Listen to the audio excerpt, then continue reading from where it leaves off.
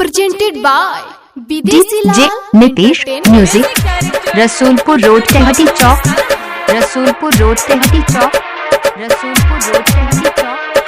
जतारू ससुरा भूली न जइहा पियावा के बाही न झूली न जइहा जतारू ससुरा भूली न जइहा पियावा के बाही न झूली जे नितिन भाई के हटी पूरन टोला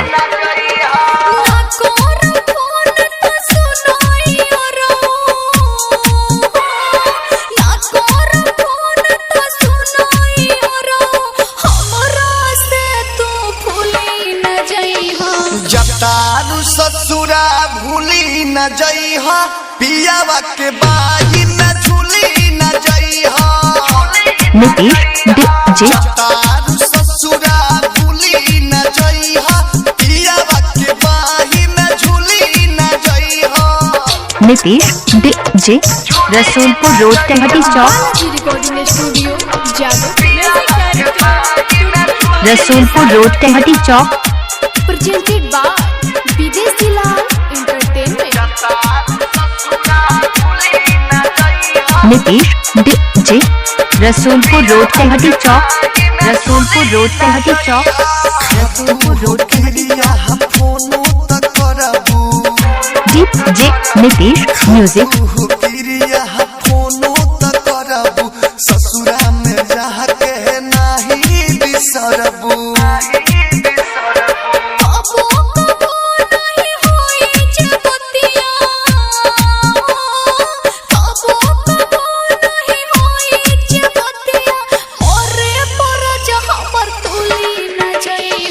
जतारू ससुरा भूली न जइहा पियावा के बाही न झूली न जइहा जतारू ससुरा भूली न जइहा पियावा के बाही न झूली न जइहा रसूलपुर रोड तेहटी चौक रसूलपुर रोड तेहटी चौक। presented by Videshi entertainment.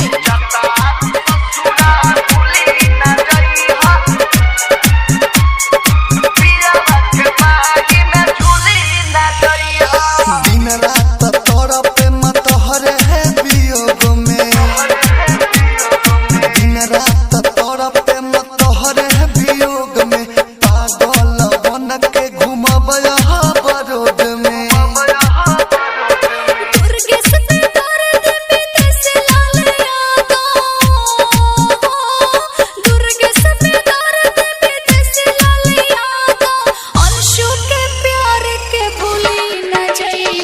जतारू ससुरा भूली न जइहा पियावा के बाही न झूली न जइहा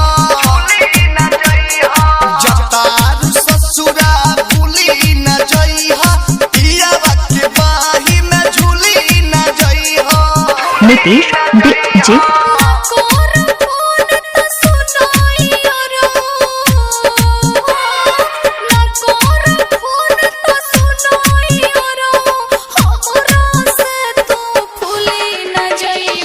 जतारू ससुरा भूली न जइहा पियावा के बाही न झूली न जइहा बालाजी रिकॉर्डिंग स्टूडियो जे नितिन भाई के हटी पूरन टोला।